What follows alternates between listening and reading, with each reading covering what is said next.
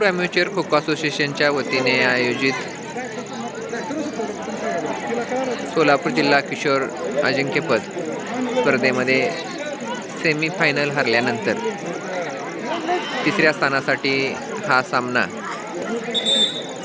बाराजे kho kho club Khandobachiwadi विरुद्ध दीनबिंदू मुंद्रुक यांच्यात होत आहे.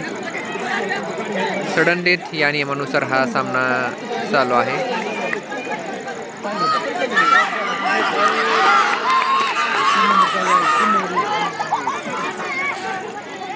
पहिला विकेट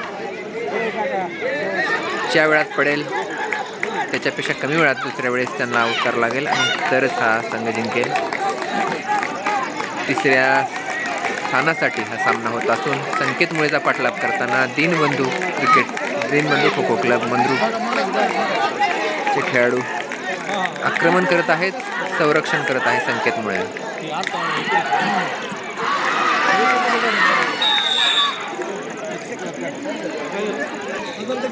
सडन डेथमध्ये खरोडीचा पहिला विकेट एका मिनिटात पडलेला आहे. बघूया आता खंडोबाचीवाडी मुंद्रुकचा पहिला विकेट किती वेळामध्ये पडते.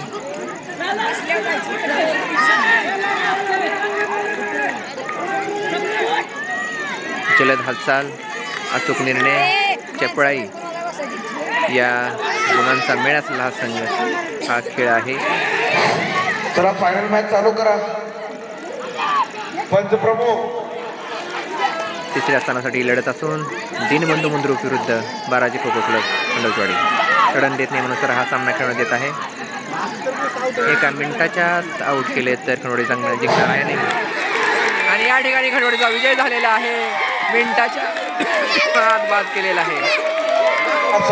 तिसऱ्या क्रमांकाला या स्पर्धेमध्ये तिसऱ्या क्रमांकाने हा संघ विजय ठरला आहे. अतिशय सुंदर रीतीने खेळाडू बाद करण्यास संकेत मला यश आलेलं आहे. खेळाडू प्रशिक्षक गणेश या साईडचे ग्राउंड तयार करायला चला.